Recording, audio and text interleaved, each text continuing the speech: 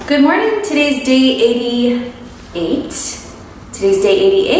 Just finished my morning routine, and I just want to share that I've been doing Kayla Istein's for the last 4 weeks now, and because I wanted to incorporate structured resistance training in my training. Because I was just doing some, push-ups randomly and squats and things to strengthen my muscles. And I found that I needed some structure. So I went back into an old email that I had, and my friend had sent me a guide. It's called Kayla Istein's, and she has a very systematic and easy to follow workout regime that I really like for me. And each of the intervals are 7 minutes, and you just follow the exercises. They're 4, and then you do them. You can do them to music and get really pumped up, or silently, whatever works for you. I was doing them to music, but recently, because I've really wanted to make my listening to audiobooks regular and consistent, and actually increase the time of listening to positive messages and authors and inspiring content, I decided to listen to the audio with Kayla while doing my workout. And for me, it really works because I'm focused on the moves, the specific exercise, but at the same time, I'm listening to the audiobook. So audiobooks are great. Right now I'm listening to Lisa Nichols, and I've been a huge fan of Lisa Nichols since I think I heard of her right after she made The Secret. When I saw her in The Secret, I was like, I have to meet this woman. I have to meet Lisa Nichols. And I actually did end up meeting her. I put her on my vision board maybe right after The Secret, and it wasn't until probably 9 years later. Anyways, some years later, many years later, I met her. So it was really, really awesome. I love you. I love Lisa. If you're watching this, I'm listening to your book. Thank you. You're awesome. I love you. And so that's what I do.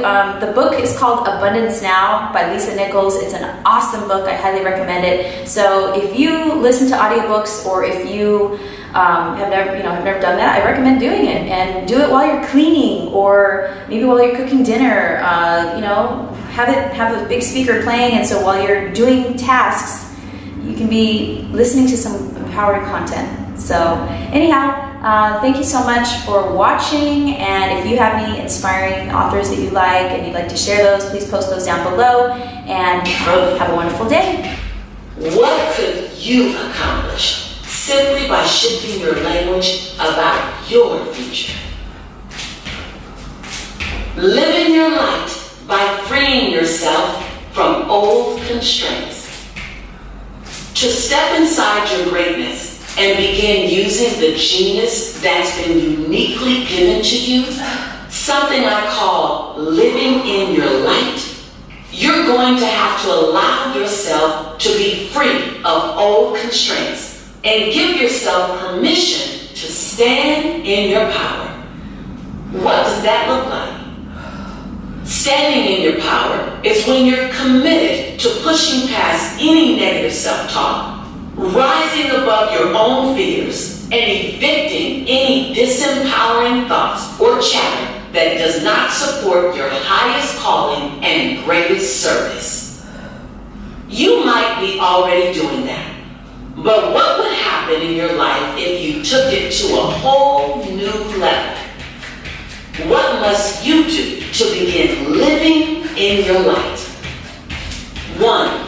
Strive to be at peace with all of your choices, actions, and decisions, including all your past actions. You must free yourself from any regret, shame, or blame of yourself or others. As well, you must forgive yourself for what you did in the past or failed to do, and forgive others for their part in your past difficulties. 2. Start looking for what's possible in your life. Plan for what you want to create, not for what you want to avoid. The story you tell yourself isn't true, and it disempowers you. But because you've rehearsed the story repeatedly in your mind, it has now become a belief that produces undesirable outcomes. By exposing each of your lies and writing down what's true instead, even if you can't believe it yet, you will begin to dissipate their power and influence over you.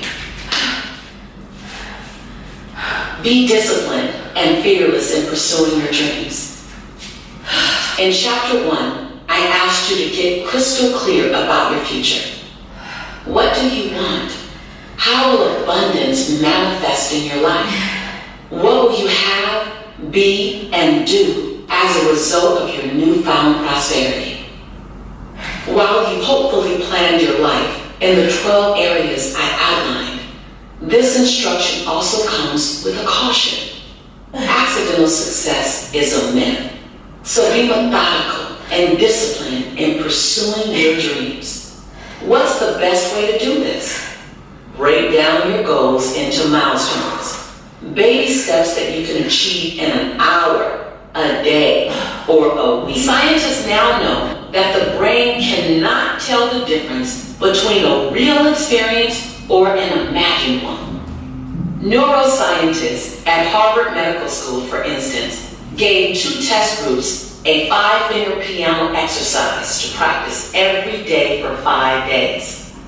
But while one test group actually played the piano every day, the other group only imagined they were playing.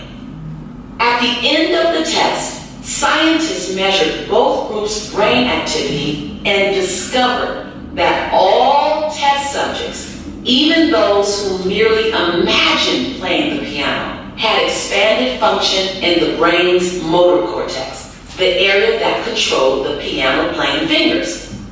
This neuroplasticity, or the power of the mind to change the brain, is one reason you should be mindful of the stories you choose to keep reliving in your head.